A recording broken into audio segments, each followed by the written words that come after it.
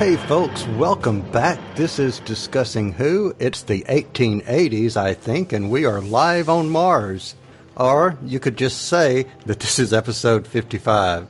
And in this episode, we will review the 9th episode of Doctor Who, Series 10, The Empress of Mars. Now, it wouldn't be Discussing Who if I didn't mention the other voices running around in my head or on Skype or wherever they might be. So first off, I want to talk about the impossible co-host himself, Mr. Clarence Brown. Clarence, what have you been up to? Oh, nothing much, man. But I think 55 was my first number in junior high basketball. Really? When you're new, you kind of get the worst pick of the numbers, and that's kind of what I got left with. So it holds a special place in my heart. Not really. But. Kind of like probably episode number 337, when we finally reach that, will mean something to someone we'll talk about in just a second. But Clarence, anything been up with you? What have you been up to lately? Oh, nothing much, man. We actually, me, you, and the guys from Reality Breach interviewed one of the runners for the Mississippi Comic-Con, so that was interesting, and it was our last show on our feed. So if you're listening now, you should go back and check that out as well. Episode 54. Now, you've got something coming up next weekend, don't you? Yeah. It is the Mississippi Comic-Con we were just talking about. And at the Mississippi Comic-Con, Clarence and I, along with our friend Angie, who has been on our show before and is also a member of a group called the Metro Whovians, will have a Doctor Who panel. It is in Jackson, Mississippi, at the Mississippi Comic-Con, at the Jackson Trademark, and I believe it is at 11 a.m. next Sunday morning. Yes, I believe so. Let me make sure. Yes, 11 a.m. 11 a.m. Good deal. Good deal. Well, you know what? I want to do this before we go forward with Doctor Who. I just want to take a moment to welcome back the other voice walking around in my head tonight, Mr. Lee Shackleford. Lee, what's going on with you? I'm in Kyle's head. And you can't get out. That's a fantastic voice. You know what? I got to mention this. I saw a picture that you posted online, and it was this, it looks like stacks and stacks and stacks of paper. You want to tell us what that was about? I'm not sure. It was something relative to you or relativity? Oh, okay, yeah. I have finally. I finally declared my next 10 scripts for Relativity to be actually finished. I'm going to stop, futzing with them and endlessly re-editing. So scripts for 11 through 20 are finished and are in fact in the mail to Elena. She should get them tomorrow, and sometime next week we will record them. Cool. So, wow. Yeah.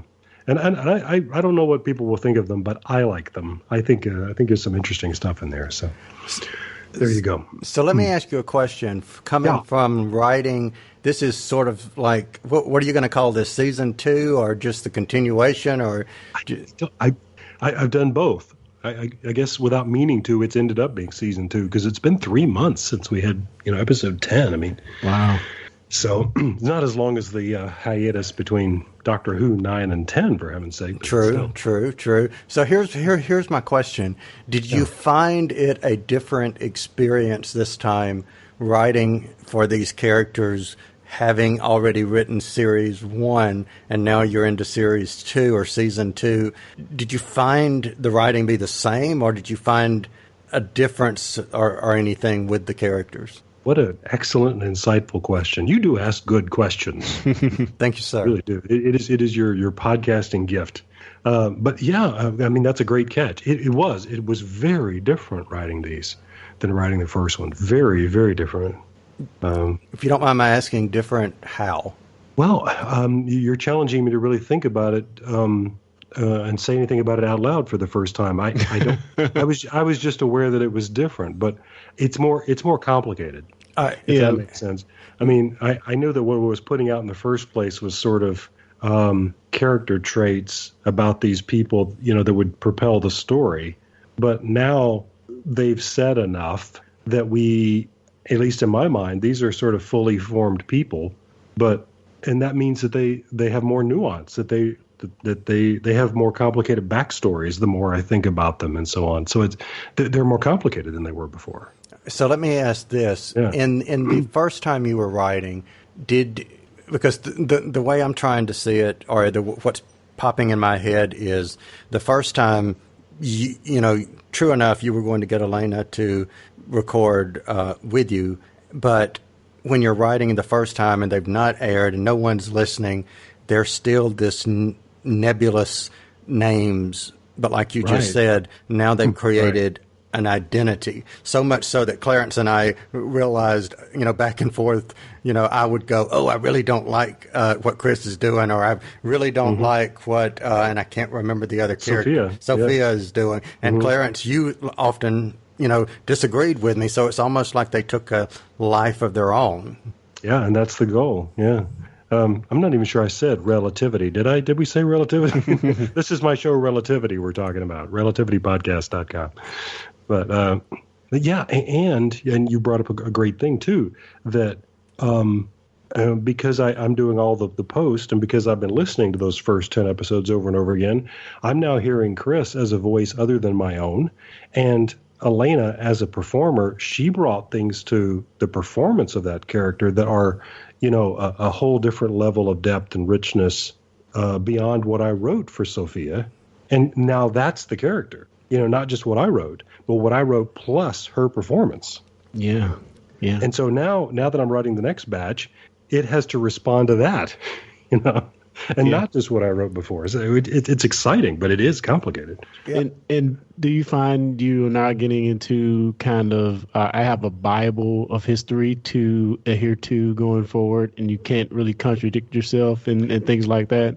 Yes, I am trying to be very careful about continuity, and I've already realize that if anybody really, I'm going to blow it now, if anybody really wants to sit down and try to map how you get from the bridge to the habitat on the Konieczny, they'll notice that it takes a different amount of time every episode. Sometimes you can get right there, and sometimes it takes a long time, and there's really no explanation for that. Yes, there is. It's all relative. So, it's all relative. That really is an explanation. Depends on how fast you're going. But yeah, I'm trying to figure out. I mean, a long time ago, I made a detailed drawing of this ship. I wanted to be sure that I knew where everything was in the ship before I started talking about it, even though, you know, it's only going to be in people's minds.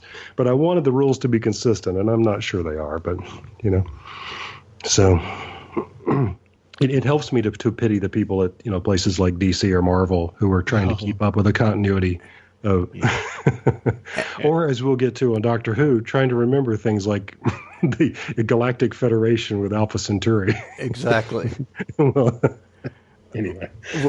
Well, speaking of Marvel, but that's getting ahead. No. But speaking of Marvel and DC, Clarence, I actually shared something with you, and I meant to share it to our group feed, but I accidentally shared it directly to you. But you want to tell Lee about the picture or the image that I showed you that just showed the second week of what were, you know, comic book movies over the last 5 years. Yeah. Who was at the worst end and what was at the best end? You want to kind of share that?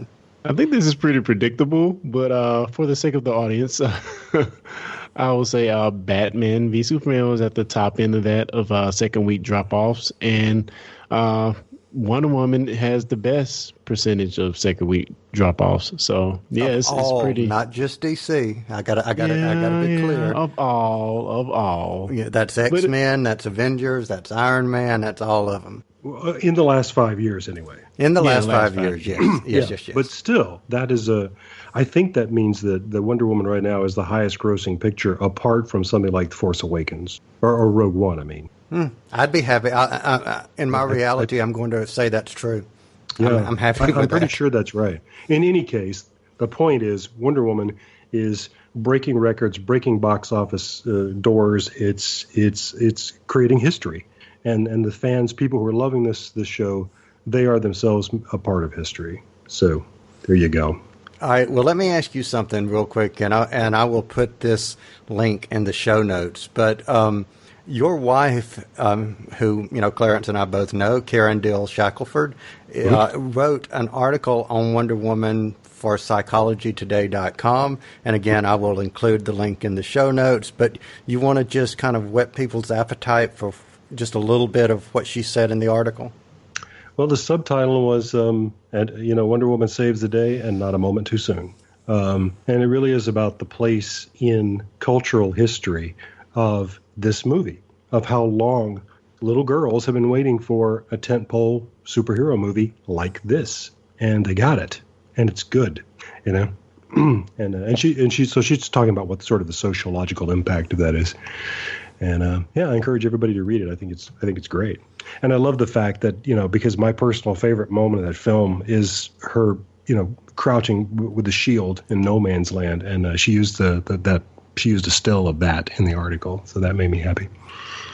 But And Clarence and I were talking earlier today, your commentary that you gave us for episode 53, I think we both thought was, totally outstanding. Well, thank you. I didn't know how appropriate it is to cry on this show or not. We've never done it before. No, not in Doctor Who. Never.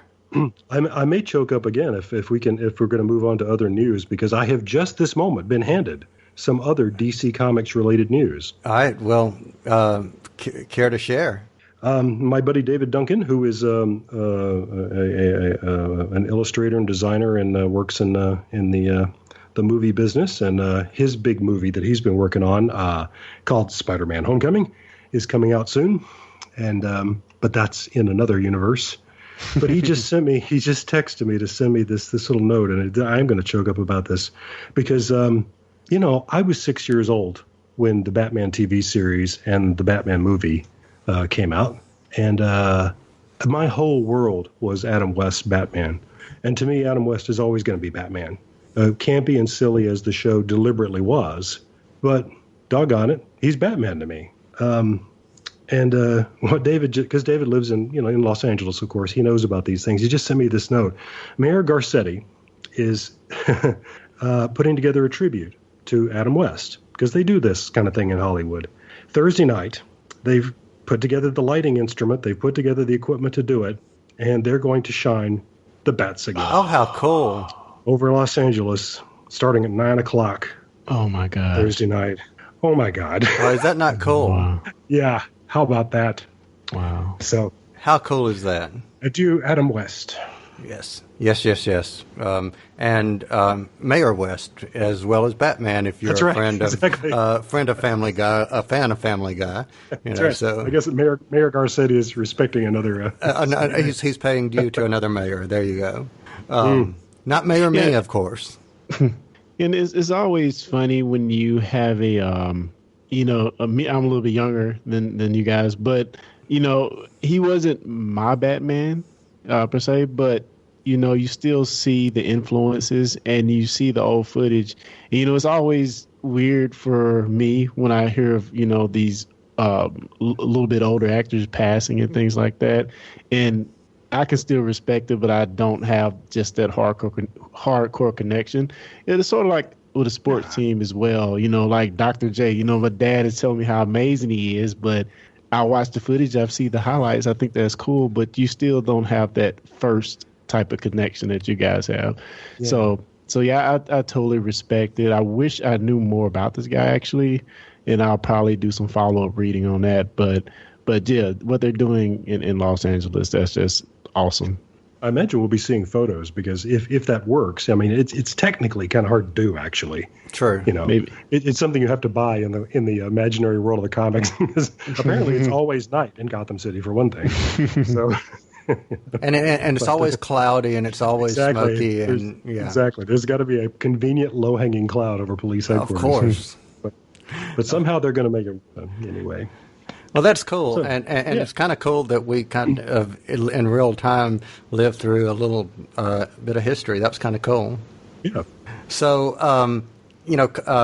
Clarence, I want to ask you a little bit, real quick on Wonder Woman. Do you think now that we've gotten such a great response of Wonder Woman, do you see even though they've already started talking about it, do you see Wonder Woman 2? Oh, definitely. Definitely. It's coming. I guess the big question is going to be what time it will be in. More than likely, it will be in modern day, which is definitely going to lead to it being a very different type of movie. I hope we can go back to Paradise Island in some form because I love that place so much. But yeah, it'll definitely be a Wonder Woman too. But we also have to see how Justice League is going to do, and hopefully, while this movie was being made, it influenced Snyder enough to start Justice League in the right direction. One could hope. And if anybody heard that little noise there, that was actually me punching myself not to say anything. So I was being respectful because I wanted to say something, but I didn't. I was respectful. So. Well, the man is going through a hideous life crisis. True, and that's why I hit myself and stopped myself. We're making jokes about it, but I know that none of us would wish this on anybody. No, not but at all. It changes you, and I do wonder what his worldview is going to be like coming out of this on the other side. I mean, and not only this terrible loss of his daughter and the sort of shattering impact to his whole family, but also he's directed this big tentpole movie for a studio, and it was a disaster. Yeah. And then somebody else came along and has made this movie. Yeah. Yeah. Any professional has to sort of look at that and say, yeah, maybe I've been going about this the wrong way, possibly. Yeah. True. We'll see what happens. True. All right, so enough of comic books. Okay. So let's get, but before we get into the actual episode discussing itself, discussing comics, discussing who, you know what time it is if you're listening. So if you've not seen this episode, put us on pause. We'll be in podcast limbo waiting for you because from this point forward, be warned, spoilers. Spoilers. Affirmative. Spoilers. Spoilers. Affirmative. Spoilers. So, Doctor Who. Lee, you told us about earlier today something you had read that kind of outlined Chibnall's plan for the next showrunner of Doctor Who. So would you care to share that with us? I guess it always has sort of the substance of being only slightly more than rumor, because a lot of this is coming from third sources, but somebody close to him has said that he's got a 5-year plan for Doctor Who. And when asked about it, he did say that he thought that a series-long arc is definitely possible. Wow. I mean, Chris Chibnall comes to us, of course, straight from Broadchurch, which has been one long story for a whole season, followed by one. The next year was another season-long story that came right out of the first one. And so in the third one. I'm forgetting that there's even a. And it's good too, by the way. We're kind of in the midst of year 3 right now, right? In the UK, finished in the US, coming at the end of June on BBC America. All right. But it's good. I haven't seen any of 3. All right. So all of us who have been enjoying his writing there and his work as showrunner is just we feel confident that he can tell a coherent story. That's pretty clear. But his specific charge, he says, from the BBC was risk and boldness. That they're saying, we want to shake Doctor Who up. And I'm not quoting now, but that was the gist. And that they feel like he's the guy to do it. And he made the joke that, maybe you should kill the Doctor off in episode 1 because then the title would really make sense. Okay. No. But no. But he does say that he loves the show. He says, I love the show to my bones. He says that is a quote. And see, here's another quote. I had ideas about what I wanted to do with it, and I went to them, he means the BBC, and said, this is what I would do. And he said, I actually expected them to say, ooh, let's talk about that. But what they said was, great. So apparently he went in and pitched something really kind of off the wall, and they said, yeah, sounds good. Yeah, but we don't know what that is. Yeah, I mean, I think that would definitely, whatever it is, would be a breath of fresh air. but you always run the risk of alienating longtime fans, fans of classic and fans of New Who. So, I mean, I'm excited. It's exciting for us as podcasters about this show to see something new and different. But yeah, I just hope it doesn't alienate fans. Well, and that's exactly my concern too, because one of the things, I can't find the quote now in the article, but one of the things he specifically mentioned that I remember was that he thinks one of the ways the show has gotten kind of stuck in the mud is fan service. Is doing things like having Alpha Centauri show up at the end of an episode. I'm going to keep going back to that. I think he feels like the show is still sort of mired in its 1963 origins, and maybe he wants to shake it up enough that those of us who grew up with the show might not even recognize it. Wow. Well, you go back and listen, or you look at RTD's era. There were hints and little tidbits that we saw of, other past Doctor Who's. For instance, episode 6, Dalek has the Dalek, of course, but it also has the Cyberman head. You see Sarah Jane in series 2. You've got and you've got other things. But on another note, I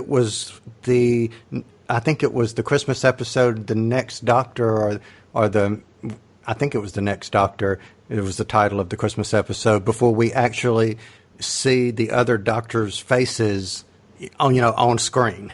Where Tennant, actually the memory implant on the guy that had the Cyberman thing that was giving him the doctor's memories, he saw the faces. That was the first time in New Who that you actually saw the faces, and that was like two or 3 years after Who came back. So I'm not saying that the fan services that we've seen recently are a bad thing, but I do agree or acknowledge that there have been quite a few, especially this season. Yeah, I thought I always think this is what the RTD era of the show has done most brilliantly, was that it bridged the gap from the classic show to a new series. That he was able to create a series for the 21st century that didn't have to disembody itself, that didn't have to divorce itself from the original series. So Clarence, let me ask you a question.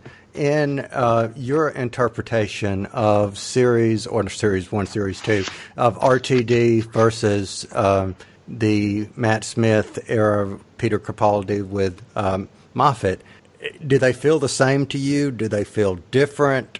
What are your thoughts? It's kind of hard to tell, because I don't know if it's the show just getting better as it's progressing along from season to season and me being more involved in it, or if the material is just outright better. It's probably a little of both. But I think there is a distinct difference, especially with the one of the things I guess me and you both have talked about that might be a bad thing, these long-going season-long arcs. And if Chibnall is planning to have a 5-year-long arc, how are we going to feel about that? I really don't know. What do you think, Lee? Well, who knows? Who knows? But one thing to keep in mind, it is not as if Chibnall is totally new to Doctor Who. He, I think it's worth noting that he was not necessarily the showrunner, but he was head writer for the first 2 seasons of Torchwood. And he wrote, 1, 2, 3, 4, 5, 6, 7, 8 episodes between 2006 and 2008 of Torchwood. And he has also written 5 episodes and 6 mini episodes between 2007 and 2012 of Doctor Who. So it's not like he's new to Who. Not at all. Not at all. Yeah, he's really part of a pretty elite, a pretty small group of people who've written for Doctor Who. So I'm interested, to see what he brings to the table, and I'm not opposed to a 5-year plan. I go back to Babylon 5 and think about that was a 5-year plan for that story, and because it was a 5-year plan is why it worked. Yeah. So. Yeah. All right. So anybody else have anything else to talk about Chibnall before we move on? We good? No Yeah, chance. let's do it. All right. Good deal. All right. Let's go to Mars. All right. Well, true. Yeah. Oh, yeah. Let's go to Mars.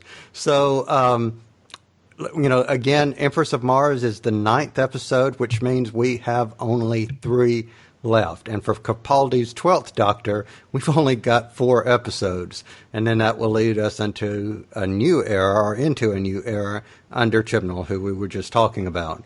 So this episode was written by Mark Gatiss and was broadcast on June the 10th, 2017 on BBC One in the UK and on BBC America here in the US. It features the return of the Ice Warriors, which were last seen in Series 7 with Clara and the 11th Doctor. This is also Mark Gatiss's first Doctor Who episode since Sleep No More last year. So, curious question. Have either of you gone back and watched Sleep No More since it was on last year? I have not, but on my third viewing of Empress of Mars, I finally realized that she says "sleep no more" to her warriors. Yeah, I thought that. I noticed that too. We get that up, yeah.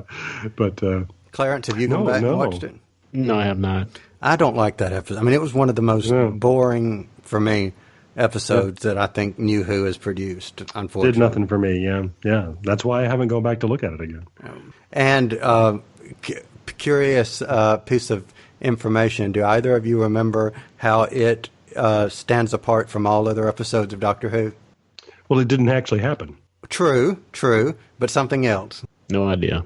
Well, I guess since it actually didn't happen, the fact that there was no opening credits for that episode, and the only one in Doctor Who history without opening credits. That's right. There's no title sequence because it's not an episode of Doctor Who. I guess so. Yeah, it's a dream. Yeah.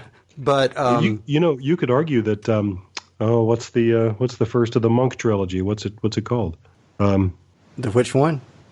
The Monks trilogy, the Blind Doctor trilogy. Oh, what's the first episode of it called?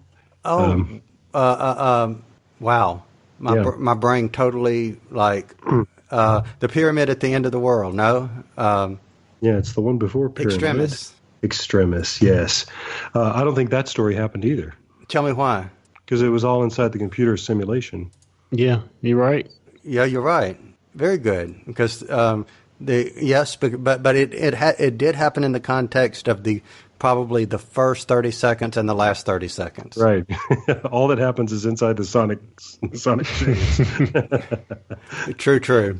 Anyway. But just want to compare one more comparison. Sleep No More had an appreciation index of 78% and a 67% Rotten Tomatoes approval rating. In comparison to that, the Empress of Mars has a 100% Rotten Tomatoes rating and an appreciation index in the UK of 83%. So obviously people liked it a lot better. And overnight UK viewers for initial watching were 3 million and 3.58 million, excuse me. So, Clarence, you mentioned having a question when we talked about the way the episode started. So kind of because I couldn't remember, kind of refresh my memory. What was your question? Oh, man, I have no idea. When did I ask you this question? It was something, hold on. It was something about why did they go back to, how did they know, that's it. How did they know to go back to the 1800s? And Lee, you may have picked up on that because I didn't. How did they know to go back to the 1800s? Yeah, I actually picked it up when I watched the episode again. When they got in the TARDIS, they did some kind of calculation that said it really happened in the 1800s. Okay. Yeah, I didn't catch it the first time. Right, yeah, me either. But I was willing to buy it. But the TARDIS just said, you'll need to go to the 1880s for this. So okay. What do you guys think about the NASA setup? I've never seen NASA look like a conference room, but okay.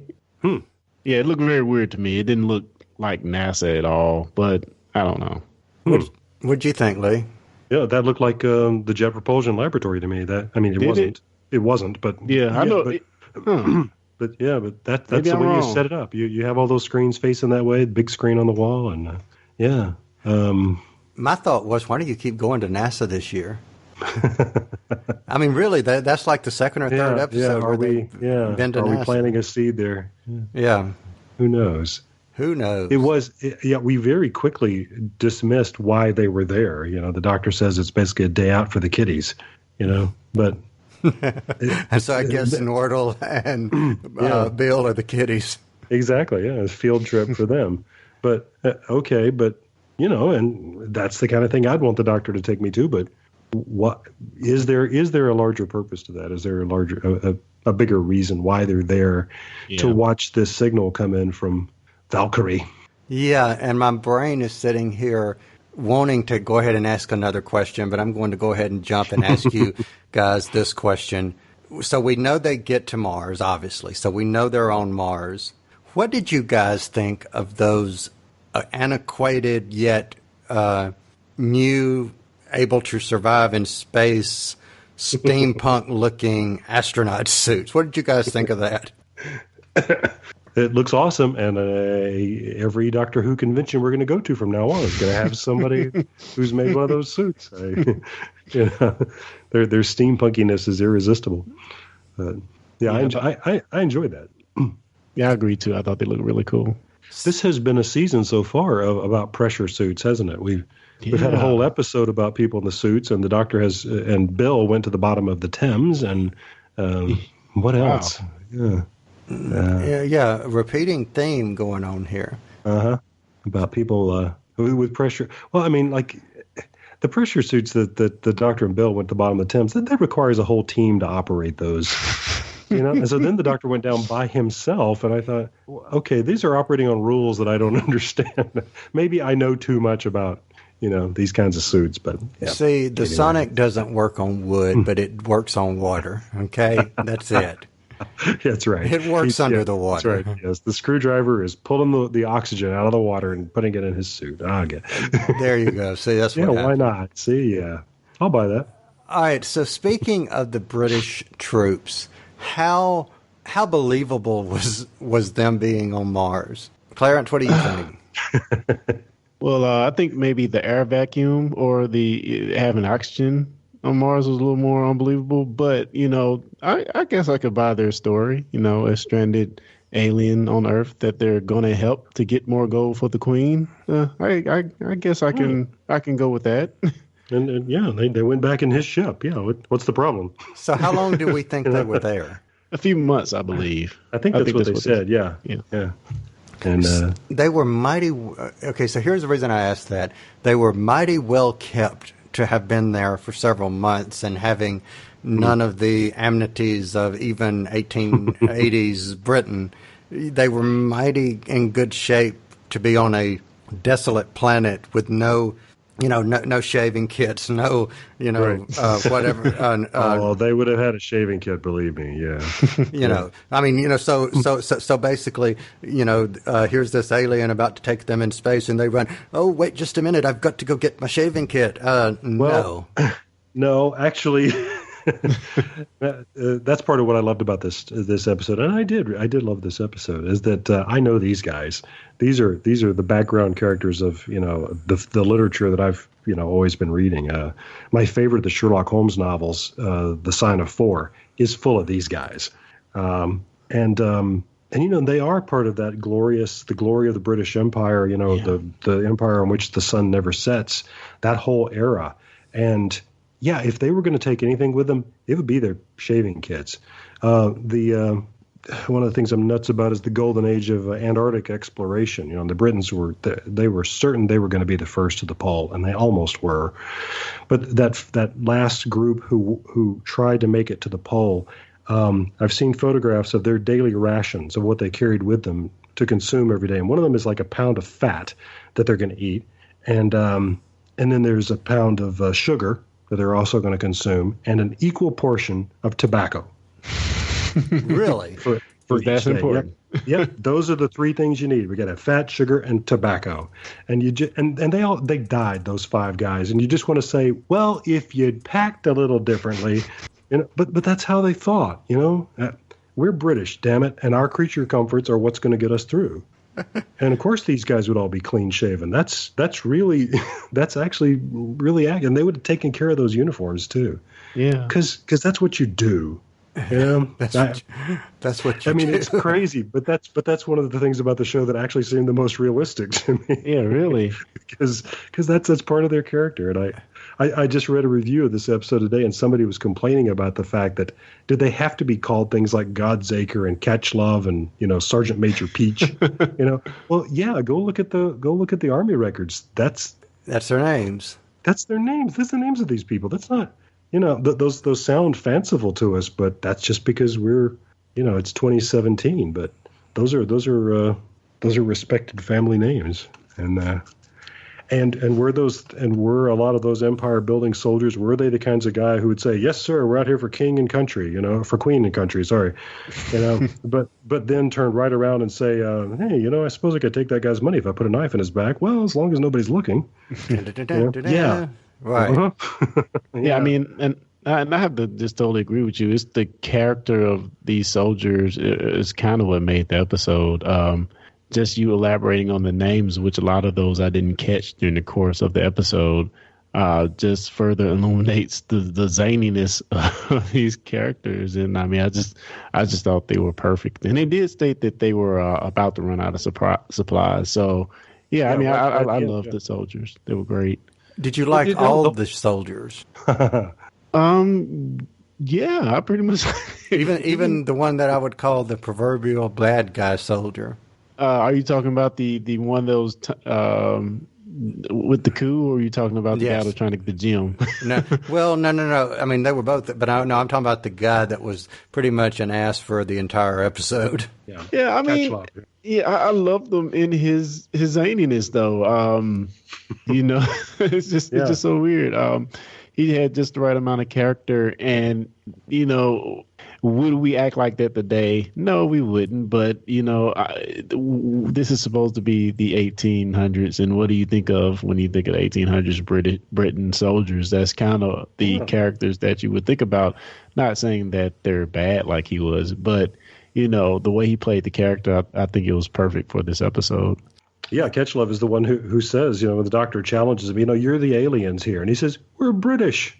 Exactly. What are you saying? Mars is part of the Empire now. And he said that with such conviction and with no afterthought. It's the bloody truth, of course. Right. Wherever we go, it's ours. Why are you arguing with me about this? Oh, so that's where the lovely Americans get that from. Well, that's right. I think we came by it honest. Good point.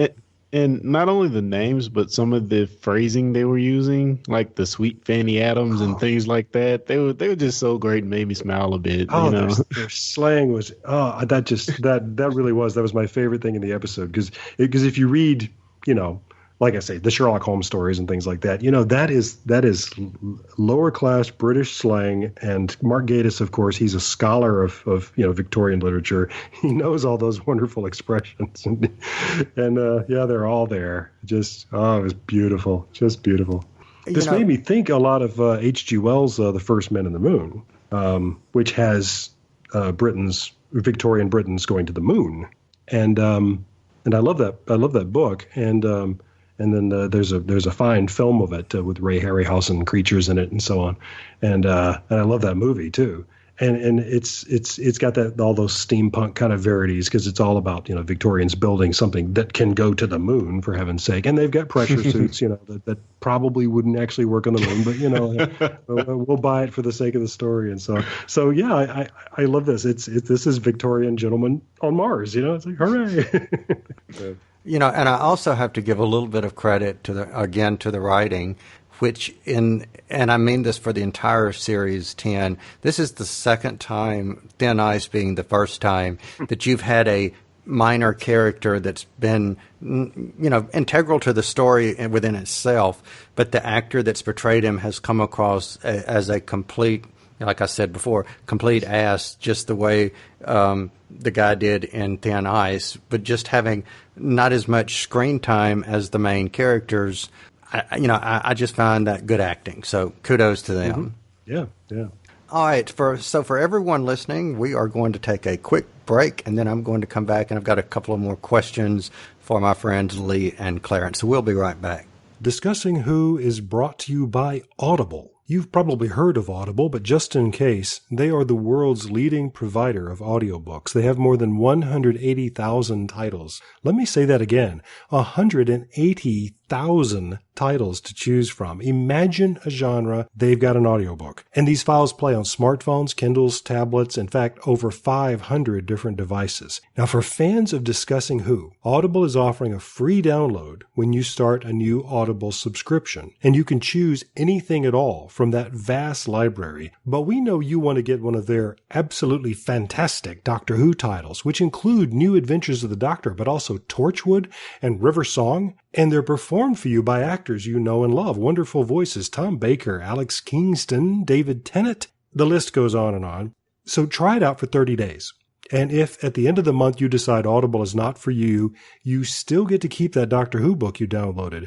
So look at it this way. Free Doctor Who book. So here's how you get started. Point your favorite web browser to audibletrial.com/discussingwho. That's audibletrial, all one word, audibletrial.com/discussingwho, also one word. And that's how you get your free book. What could be better than that? All right. Welcome back. Thanks for sticking around with us. And like I said just a moment ago, I've got a few more questions up my sleeve and running around in my head or wherever they might be. So I'm going to say whoever wants to take this one. The TARDIS took Nardole away. What do we think of that? Yeah. Clarence, what do you think? Very weird. I still have no idea what was going on with that.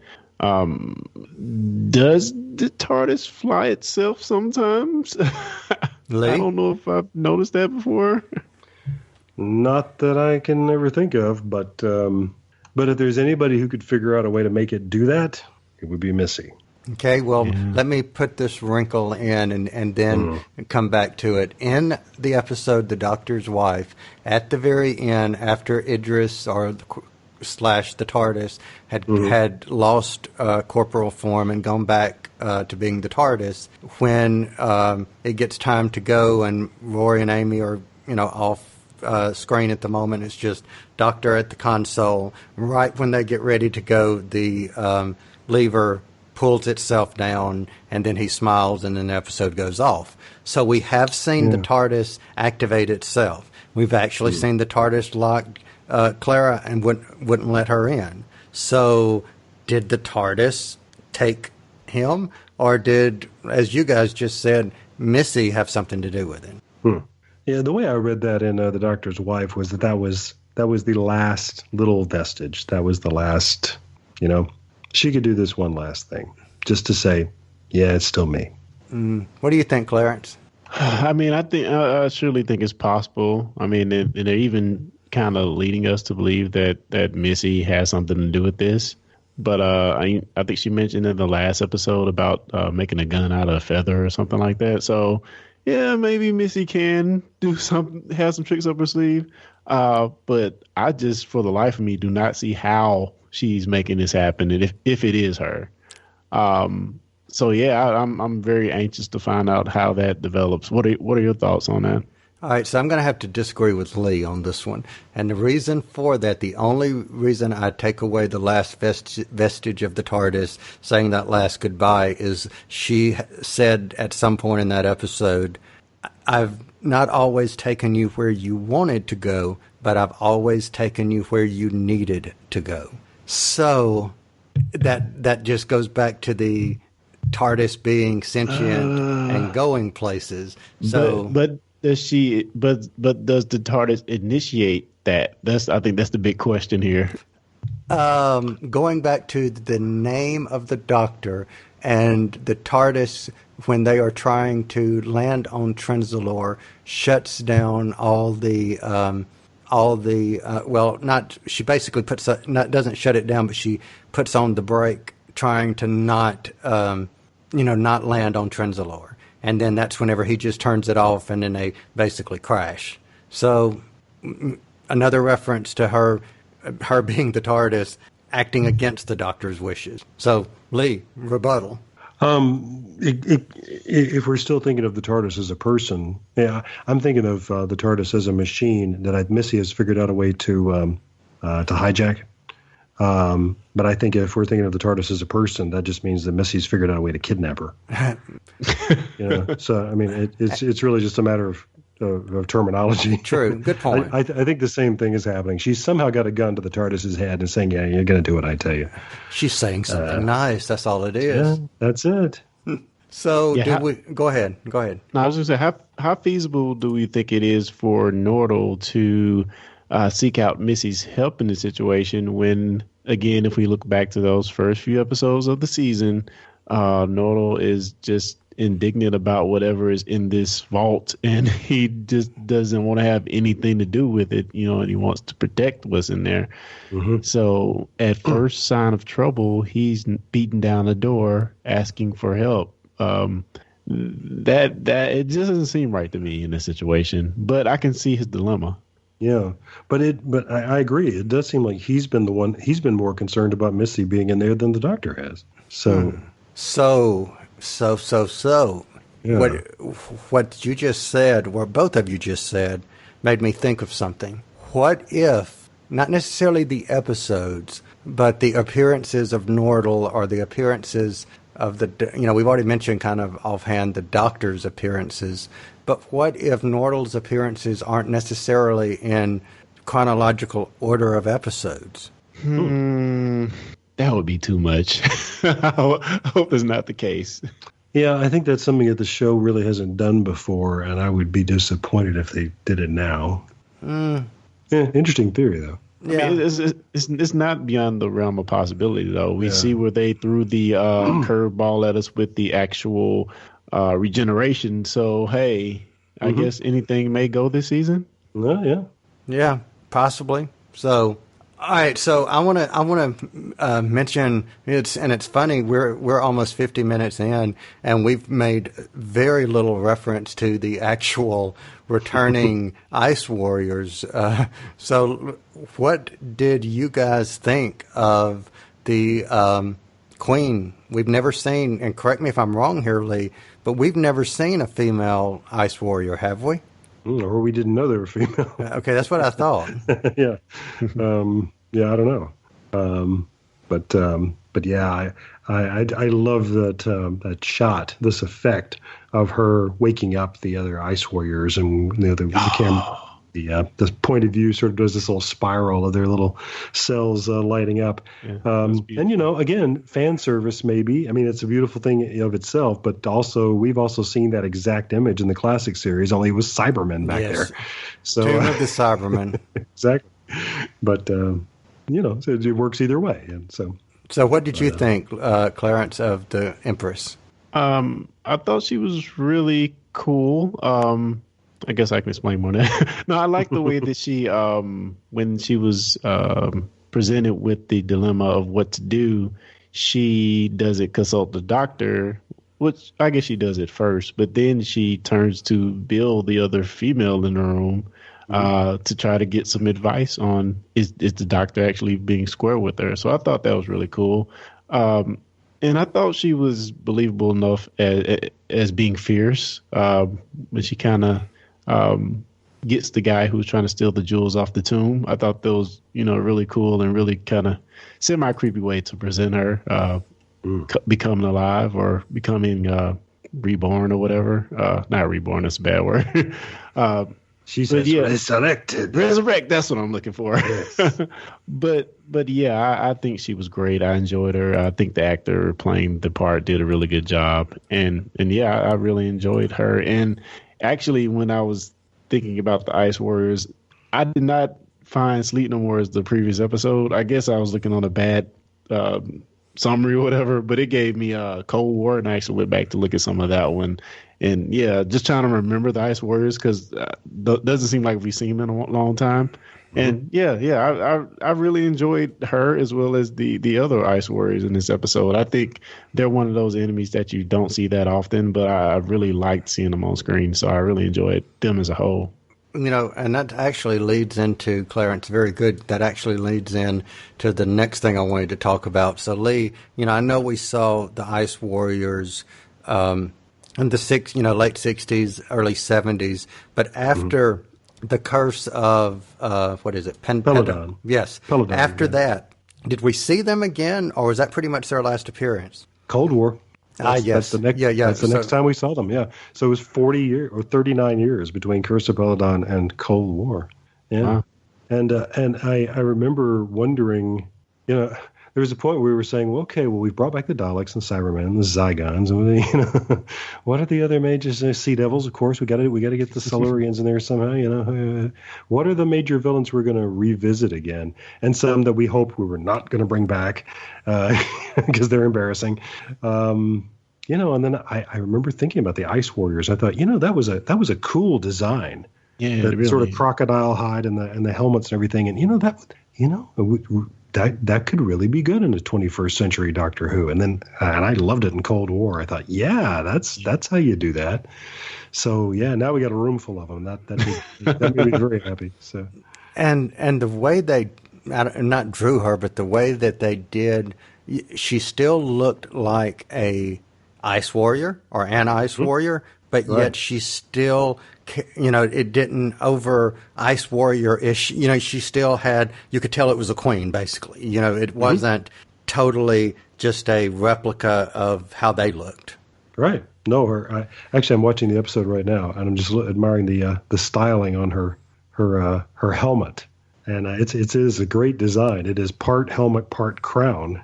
And it's also got kind of a claw coming around towards her face. It's a great design. Now, love it.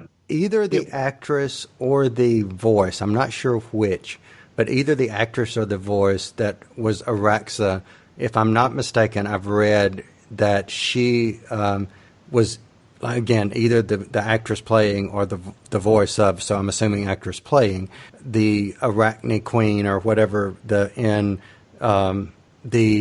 Partners in Crime or not, or whatever. Runaway Bride. A Runaway Bride, yes. Well, I was listening to her voice thinking, my golly, she sounds like the Empress of the Arachnos. So it was not just me thinking that, or No, because then that is the same person. And if you look at, they both did that chiseled teeth look. So right, maybe that's what her teeth really look like. Maybe that's yes. What do you guys think about the kind of you said that you didn't know there was actually a female Ice Warrior. What do you think about the whole being the hive mentality of her being the queen of all of them? I guess you think they were trying to play that against the God Save the Queen thing from the UK. Were they trying to put that up against each other, or does it have no relation? Or I thought it was fun that the soldiers several times say "God Save the Queen," and they're standing in the presence of a queen. I did. I like that very much. Whether they were, whether that was. I'm sure that was conscious. Mark Gatiss is not going to do something like that by accident. That was a lot of fun. And it got me now thinking, since they're reptiles, does she lay 100 eggs or something? Yeah, I hadn't thought about that either. But back to but off the eggs and back to the queen. Keep thinking about that. Yeah, I am, because I'm like, ooh, okay. So back though to the comment you made about her being the queen. Perhaps it was, or it played in there because you had the soldier without a country that pledged his allegiance to the queen. Just a different queen. Yeah. So maybe that was part of the intent or of how the story was written. So, all right. So I want to ask another question, and I'm left with no option but to point this one at Lee, simply because I did not remember this character myself until I heard that voice, and I thought, okay, where? Wait. Where? What? Who? That sounds like, huh? And then I read it and then got why that sounded so eerily or oddly familiar. Are you receiving us? Mars, are you receiving? This is Iraxa, Queen Empress of Mars. Ah, Excellent. We have received details of your situation. We would be happy to send a fleet to your aid at once. A physical marker of some sort would be appreciated to guide our ships. To whom am I speaking? This is Alpha Centauri. Welcome to the universe. So obviously, Lee, I'm sure you remember Alpha Centauri. Mm-hmm. So kind of enlighten, us on Alpha Centauri to refresh my memory, enlighten Clarence and anybody that may be listening that's not Alpha Centauri. Yeah. Let me get authentic here and see if I can quickly get to the TARDIS wiki page about Curse of Peladon. In that last episode, we're in the classic series where we saw the Ice Warriors. We see several representatives of several different races. And this is a John Pertwee, a Third Doctor story. Joe Grant along with him. With Joe Grant, right? And in the story there is this alien, and I would say it's an unfortunate costume. Yes, very unfortunate. I think unfortunate is the only word I can think of. Is that because there are several alien races represented, you can sort of sense the show using up its budget.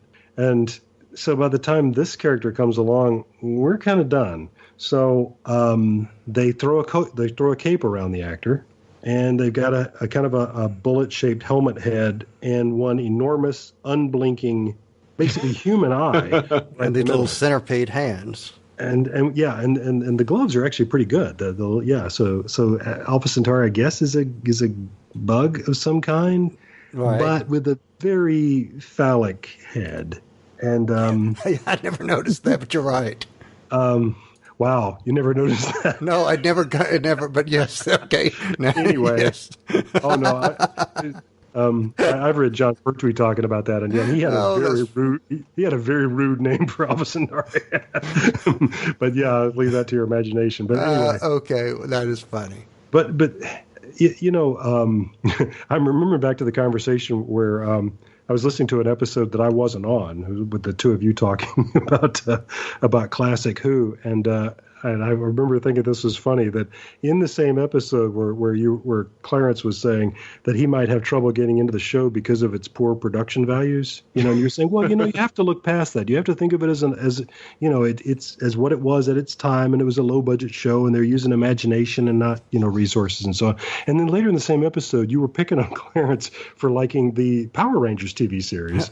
Oh, well, true. That's good. And I wanted to get in the episode and say, hey, listen, that is not the way to get him to watch Classic Who. That's a good point. If your problem with Power Rangers is that they keep shooting in the same rock quarry over and over again, welcome to Classic Who. Well, good. Yeah, good point. But yeah, Alpha Centauri is one of those costumes where even devoted fans of the show, even those of us who are straining our willing suspension of disbelief, we have to go, oh, come on. All right, so let me read. So deliberately bringing it back for this episode is really winking at the fans, saying, hey, you never thought we'd bring back Alpha Centauri, did you? and for anyone who wants to know, Alpha Centauri, this is according to Wikipedia, Alpha Centauri is a hermaphroditic hexapod from Alpha Centauri, and being effectively genderless is referred to as it as opposed to he or she. It is tall, green, and has one large blue eye, 6 arms, and a high-pitched voice, and wears a long yellow cape. But now this is the best part. And walks around with a nervous gait. Yeah, well, it's true. And does not look like a condom coming out of its wrapper in any way, shape, or form. And that voice is Isan Churchman, and yes. Isan Churchman is still with us, bless her heart, and so she came back to do this voice again at 92 years old. 90? Oh, yeah. 90, wow. Yeah. So that was why I was going, where, what, who? What? Where have I heard that before? And that was her. But if you're going to take the continuity of these things seriously at all, really, in Curse of Peladon, it is a happy ending with all these warrior races coming together, and they're all going to join the Galactic Federation. And Alpha Centauri is there to sort of broker this peace. And so that's what Mark Gatiss has seriously happen at the end of Empress of Mars. So, silly as that sort of winking at the audience there, classic fan thing there. It still fits in the larger story of Doctor Who. It still makes sense. It makes sense in the fact of it was the 12th Doctor that had a hand in setting into motion events for a third Doctor story that happened in the early 70s. Yeah. Yes, but that's right. Doctor Who. Wibbly wobbly. Exactly. All right. So let me ask you, Clarence. I think we pretty much wrapped up the whole of the Ice Warrior story. So, whoa. One thing that I didn't mention, which is at the very end, the TARDIS comes back to get them, and it ends with Missy asking the Doctor, is he feeling all right? So, Clarence, what did you think? I don't know. I have no idea what their story's going. It was just a big stare down at the end. So I'm pretty sure in the next episode there will be plenty of shenanigans with Missy and the Doctor. But I just have no idea where they're going with this. Lee, thoughts? Yeah, it's fun, isn't it? To really have no idea what they're up to. But it did seem to me like that tied nicely with the way she was played the last time we saw her, which I guess was in the previous episode, that she is either truly reformed. She is really, after however long she's been in the box, seen the error of her ways and is becoming a good person. Or, what is infinitely more likely, this is part of the long game she's playing. The long con. Yep, exactly. And if so, she's doing it, this is a brilliant actress playing this. I believe her. I don't know what I'd do in this situation. I think she kind of is going to be okay. No, she's not. Don't trust her. And you know what? Just until right now, I had completely forgotten that John Sims is coming back, and we've got 3 episodes left. Right. So, spoilers. It's out there on the web. There are people who are saying, and now they released the episode in which he'll appear. I do not want to know. Don't tell me. Don't. Yeah, I don't know. I don't know either. No. Yeah, no, I don't want to know. I'm still going my degeneration theory. That's and I'll stay away from it. Hey, I would be happy, if they want to do that. I don't know, maybe they had to pick a number with Chibnall returning if they wanted to go that route. I mean, I could think of 10 good reasons that might be a good idea. I don't know. Let's do something different. Yeah. Not even for David Tennant, no. So another thing in the episode itself that what about if I gave you 11 reasons? Just ask. All right, but anyway, go ahead. Yeah, now I was going to say, in the episode, Bill makes several references to pop culture, like movies and TV shows. I think Vikings, Terminator, The Thing. I think, and then at the end, the Doctor comes back with a rebuttal. Because he seems to not know any movies that she mentions. Yes. And then he mentions Frozen of all things. So I thought that was pretty funny. Right. And we know the Doctor knows a lot of American pop culture, too. So a lot of global pop culture. So, yeah. He's probably playing with her about Terminator. Seriously. I can't imagine that he hasn't seen Terminator. Good point. We know he's seen Ghostbusters. Remember that? Oh, yeah. That's true. Yeah. For example, but a couple other things. All right. But yeah. Oh, and I thought the symmetry of that was she keeps saying movies. No, you haven't seen it. No, it's a movie. You haven't seen it. No, it's a movie. You haven't seen it. No. Why do you call him Friday? Like in Robinson Crusoe. Oh yeah, that was funny. What, you haven't read that? Yeah. I thought that's where that joke paid off, but I don't know. Yeah, it really did. With Frozen is also. It's a movie. Which that's another movie I've never seen before. Highly recommended. Yeah. So you reminded me. Thank you, Kyle. Robinson Crusoe. Watch me get from Robinson Crusoe to River Song, okay? Okay, all right. Robinson Crusoe is written by Daniel Defoe. Daniel Defoe's other great work is The Amorous Adventures of Moll Flanders, of which the BBC made a wonderful miniseries starring River Song. Alex Kingston. Yeah, there you go. But you still got to let me borrow. Yes, that's true. Yeah. So I think we're ready to give our reviews. So, Clarence, why don't you start us off? What was your review or final thoughts of this episode? Yeah. Just to wrap it up, I really enjoyed the soldiers and just the character that they had. I think really kind of made the episode for me. The queen was pretty interesting herself. One thing that did kind of get on my nerves, the guy who tried to steal the stone with no way to get off the planet. I thought that was that was kind of idiotic, but hey, we got to have some conflict. Yeah. But yeah, I really enjoyed the episode, and I'm gonna have to give it 4 stars. All right, Lee, what do you think? I'm going to go for 4 as well. Like I said, I love the First Men in the Moon, and this was basically the First Men in Mars. And that was just a lot of fun. And I love Mark Gatiss as somebody who loves Victorian literature. I loved him writing for these Victorian soldiers and kind of mocking the whole empire building thing and with such gusto. But still ending us with a very patriotic God Save the Queen. Yeah. It was very nice. Anyway, yeah, I thought it was cracking good fun. And I was surprised to be reading people online picking on it and saying that they thought that they thought it wasn't serious enough. Well, okay. All right, whatever. I thought it was fun, and I thought that was the intent. So there you go. Yeah. 4 out of 5.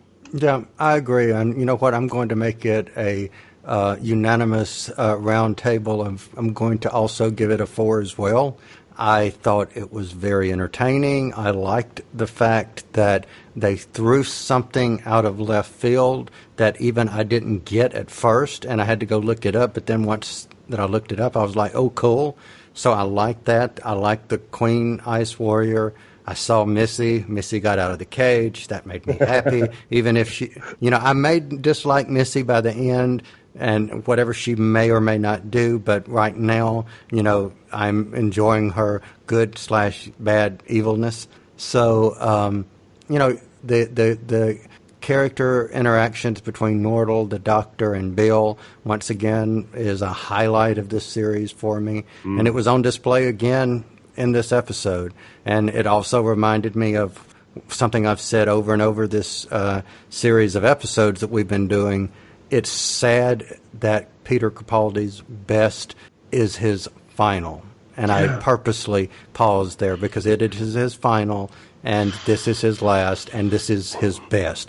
So 4. Strong, very strong 4. Yeah, and just I want to mention real quick, it's one of these episodes where it seemed like the Doctor had very little control over what was going on.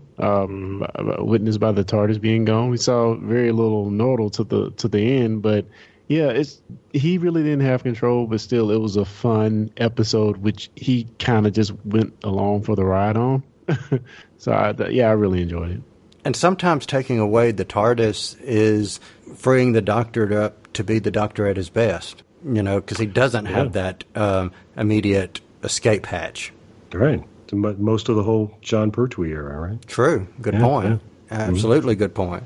Yeah, and just the impact of it being gone. I kind of felt it as I felt that the Peter Capaldi's character felt it in that moment when he realized the TARDIS was gone. I was like, oh, what? It's kind of a shocking moment. It's a very big handicap for him. Mm-hmm. I mean, because put yourself just for a moment in that reality, not in the knowing of watching the show that by the end of it, it's going to come back. But just go back to if you were your vehicle that's going to take you out of here is gone. Mm-hmm. Yeah. Come out the store and your car is stolen. Exactly, yeah. Good way to put worse than that? Your car, your house, your library, your everything, and your swimming pool. And you're in the desert. Yes, right. Good point. You're on Mars, and it's 1880. There's not even anybody you can call. Oh, man. All right, so Lee, tell everybody, if you would, how people could get in touch with you if they wanted to find out more about you. I encourage people to go look at the website relativitypodcast.com and see all about and listen to the first 10 episodes of Relativity. And there's a contact form there. And if you want to drop me a note, that's probably the best way to do it because it goes straight to me. Just push the contact button and write stuff in it. Cool. Well, Clarence, anything else that you are working on and or would like to share with everybody? I'm just follow up Lee and say also go to his Patreon and contribute. Yeah, because I've been seeing people liking those posts for Relativity Podcast, and yeah, go ahead and head over there and give him a beer or two. Chip him a few bucks. And he's an angel. And so what I've been working on, you can find what I work on my other podcast, techpredition.com. That's TECHPEDITION.com. Where on our last episode we talked about the Microsoft Xbox E3 briefing, and we talked about the new console coming out this fall. I think November 7th, the Xbox One X. So it's supposed to be the most powerful console ever. We give a deep dive on it. So check that out. All right, good deal. Well, for anyone listening, we thank you for spending a few minutes of your time with us. If you happen to listen to us on Apple Podcast and enjoy the show, we do encourage you to take a moment and leave us a rating or a star or giving us a review. What do those do for us? The more reviews and the more ratings we receive, the more it allows us to get featured perhaps in the top 50, top 100 of whatever category we might be in. So, feel free, if you've got a few extra minutes, to go on and do that. And Clarence, would you like to remind everyone how they can get in touch with us? It's at TechPedition. I'm sorry. At Discussing Who. Already slipped there. It's also true. It's also true. But no, it's at Discussing Who on all the various social medias. You can send us a voicemail at 805-850-DWHO or shoot us an email at discussingwho@gmail.com. All right, good deal. Well, again, everyone, thank you for listening. Series 10 of Doctor Who barreled down the time vortex headed into the finale. We are about to hit the home stretch, so to speak. So we will be back next week for our review of The Eaters of Light, which is episode 10. So for me, in the speculative, I like to, kind of have my ending saying. So in the speculative spirit of what is to come, we hope you go forward in all of your beliefs and prove to us that we are not mistaken in ours. We will see you next time. So we're out of here. You've been listening to the Discussing Who podcast. Discussing Who is made by fans for fans. No copyright infringement is intended. Show us you're fans of the show by liking us on Facebook, following us on Twitter. You can find us on the web at www.discussingwho.com. Want more Discussing Who? Find us on iTunes, Google Play Music, Player FM, the Doctor Who Podshock Alliance, and more. Send us your feedback to discussingwho@gmail.com, or if you'd like, simply record a voice message and send that to us via your smartphone, tablet, or computer. We want to hear from you.